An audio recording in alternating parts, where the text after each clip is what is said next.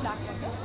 Now Salish water is the water coming from the kitchen, your bathroom, the wash basin water and your bath water, and it has many impurities in it such as pieces of vegetables and fruits and pieces of soaps, etc.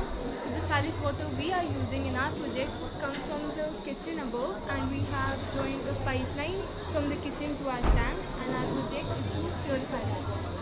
And the 3-inch pipe that you can see there is of solid water. So solid water contains 4 impurities in it, and those are dissolved solid, rock solid, suspended solid, and oil. So dissolved solid, like we use detergents in our water utensils. So it contains phosphate in it, and it is one of the dissolved solids that are present in water. And the second dissolved solid is salt. The second impurity is rock solid. Those are the big particles like the pieces of dal, rice and vegetables. And the third impurity is oil. So it comes with the rock solids like vegetables, and it is the most important to be taken out from the water because it creates a layer above the water that disconnects the water from the atmosphere, and due to this the water will have less oxygen or no oxygen in it. The last impurity is suspended solids. These are the small particles like slurry, and Blue color is the one, number 1 and the number 2. For it we made a platform over there to keep it on. In chamber number 1 and 2 we only deal with the gross solids and the oils. So as solid water enters chamber number 1, the gross solids settle down at the bottom as it is very heavy, and the oils float on top of the water as it is very light. So we have put a T at the outlet of the chamber so that it does not disturb the oils and the gross solids, and it simply makes a way for the water to pass to chamber number 2. So chamber number 2, basically it is a storage, and a little bit of sedimentation happens in it, and the process of purification of the water starts from here. हम इस third tank के बारे में आपको बताएंगे।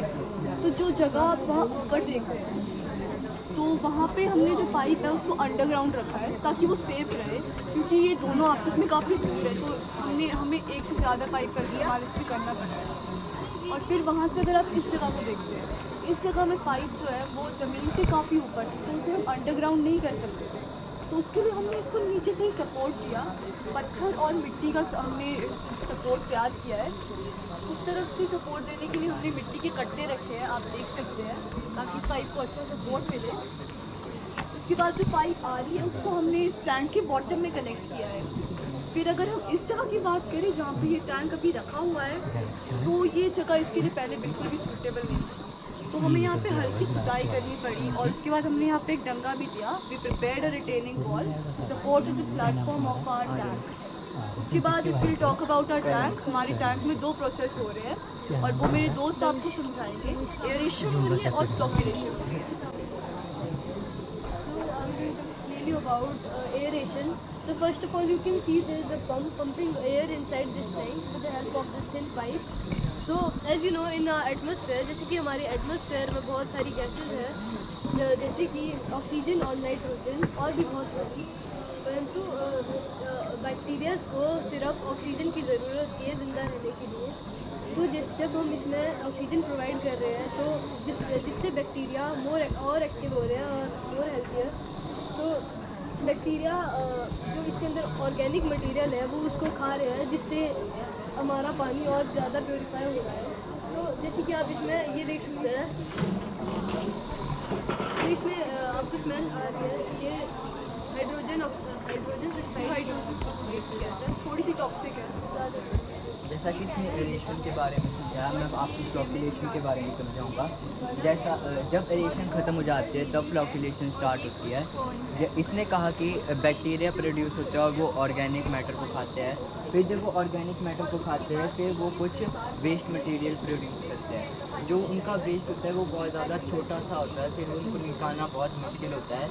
फिर वो एक फ्लोक्यूलेशन की हेल्प से एक साथ मिल जाते हैं, और फिर वो हल्के होते हैं इसलिए वो टॉप पे आ जाते हैं। फिर वो यहाँ से चेम्बर 4 की तरफ निकल जाते हैं। तो जो चेम्बर 3 का पानी होता है वो चेम्बर 4 में जाता है, और जो चेम्बर 4 का पानी होता है वो चेम्बर 5 में जाता है। तो चेम्बर 4 में एक्सपेक्ट करते हैं कि जो फ्लॉक्यूलेशन का प्रोसेस होता है वो ख़त्म हो जाएगा। और चेम्बर 5 एक रीड बेड है जिसमें हमने कुछ प्लांट्स उगाए हैं। तो चेम्बर 5 में हम ये एक्सपेक्ट करते हैं कि 21 दिन बाद जो उसका पानी होता है वो इस काबिल हो जाता है कि हम उसको एग्रीकल्चर पर्पसेस के लिए यूज़ कर सकते हैं। तो अब मेरा दोस्त शौर्य कंटिन्यू करेगा।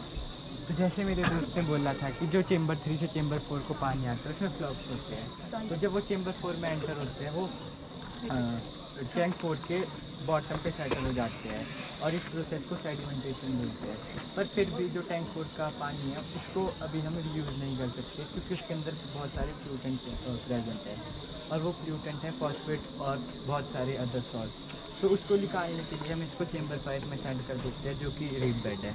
और नाउ तो अब मैं आपको चेम्बर 5 का स्ट्रक्चर बताऊंगी। तो जैसा कि मैंने पहले बताया कि एक रीड बेड है, तो इसमें पहले हमने एक रेक्टेंगुलर स्ट्रक्चर बनाया, उसमें हमने एक प्लास्टिक शीट डाली ताकि वो पानी को होल्ड करे और बाहर ना जाने दे।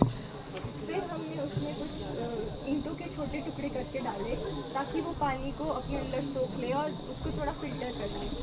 उसके ऊपर हमने एक सॉइल की लेयर लगाई, उसके ऊपर हमने प्लांट्स को प्लांट किया। तो हमने जो कुछ प्लांट्स प्लांट किए हैं वो है ये कैना इंडिका है, ये लेमन ग्रास है, ये पुदीना है और ये फर्न है और जो वो उधर है वो लिली है। तो जो इनकी रूट्स होती है वो फॉस्फेट को पानी से निकाल देती है और फिर हमारा पानी 21 दिन बाद इस लायक हो जाता है कि हम उसको एग्रीकल्चर पर्पसेस के लिए यूज़ कर लें। अब मेरा दोस्त पार्ट्स कंटिन्यू करेगा। तो जैसा कि इसने बोला कि चैम्बर 4 से चैम्बर 5 तक पॉल्यूटेंट्स और अदर सॉल्ट्स जो है चैम्बर 5 रीड बेड में आते हैं। तो जो रूट्स होती है पौधों की वो सारा फॉस्फेट एब्जॉर्ब कर लेते हैं क्योंकि जो फॉस्फेट है वो एक इसेंशियल न्यूट्रिशन है इनके लिए और वो इनकी ग्रोथ में हेल्प करता है। तो अगर ज़्यादा फॉस्फेट होगा तो उससे जो है हमारे रीड बेड में एल्गे ग्रो होगा। एल्गे यानी कि काई, जिससे काई तो दिन में तो वो ऑक्सीजन रिलीज़ करते हैं लेकिन रात में वो कार्बन डाइऑक्साइड रिलीज़ करते हैं, जिससे जो हमारे रीड बेड के अंदर बैक्टीरिया और एक्वेटिक लाइफ है वो ख़त्म हो सकती है। तो इसके बाद 21 दिन बाद हमारा पानी प्योरीफाई हो जाता है और उसको हम अपने एग्रीकल्चर पर्पसेस या फिर उसको नाला में सिंपली डिस्चार्ज कर सकते हैं। लेकिन इसके बाद हम उसको पीने में यूज़ नहीं कर सकते क्योंकि अभी भी उसमें बहुत सारे पोल्यूटेंट्स होते हैं जो इसमें नहीं निकले होते हैं। जो हमारा पहला मॉडल था वो फेल हो गया था क्योंकि हमने जो पाइप्स थी वो हमने गलत जोड़ दी थी। तो इस कारण जो हमारा चेम्बर 1 का पानी था वो सीधा चेम्बर 3 में जा रहा था। तो जब हमने COD लेवल टेस्ट किया तो हमने देखा चेम्बर 1 और चेम्बर 3 का COD लेवल बिल्कुल सेम था। अब पिछले कल हमारे पास हमारा जो मेन मॉडल है इसका रिज़ल्ट आ गया है।